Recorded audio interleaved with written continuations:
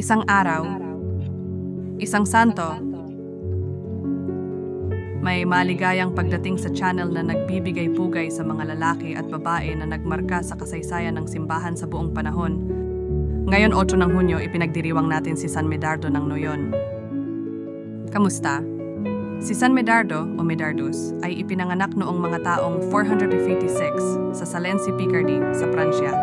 Isa siya sa mga pinaka-popular na santo sa Pransya, lalo na dahil sa maraming alamat na nakapalibot sa kanyang buhay. Mula sa kanyang kabataan, si Medardo ay kilala sa kanyang malaking kabanalan at kawanggawa sa mga mahihirap. Naging pari siya at, sa edad na 33, ay hinirang na obispo ng Vermand. Bilang obispo, kilala si Medardo sa kanyang kahinahunan, kabutihan, at sigasig sa ebanghelisasyon. Nagsikap siyang baguhin ang mga pagano at palakasin ang pananampalataya ng mga Kristiyano. Si Medardo ay kaugnay din sa maraming mga milagro, kabilang ang mga kwento na nagsasabing kaya niyang magpabagsak ng ulan upang tulungan ang mga magsasaka sa panahon ng tagtuyot, na dahilan kung bakit siya ang patron santo ng mga magsasaka at mga nag-uubasan.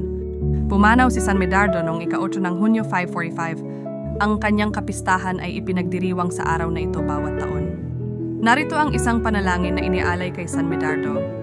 O Diyos na nagbigay kay San Medardo ng biyayang maglingkod sa iyong bayan ng may pag-ibig at dedikasyon, ipagkaloob mo sa amin, sa pamamagitan ng kanyang pamamagitan, ang lakas upang isabuhay ang aming pananampalataya ng may tapang at kagandahang loob.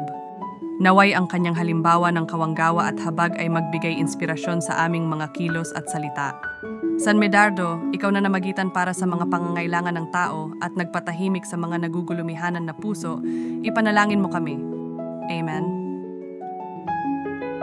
May iba pang mga santo na ipinagdiriwang ngayong araw. Ipakikilala namin sila sa aming mga susunod na video. Maligayang pagdiriwang sa lahat ng ipinanganak ngayong araw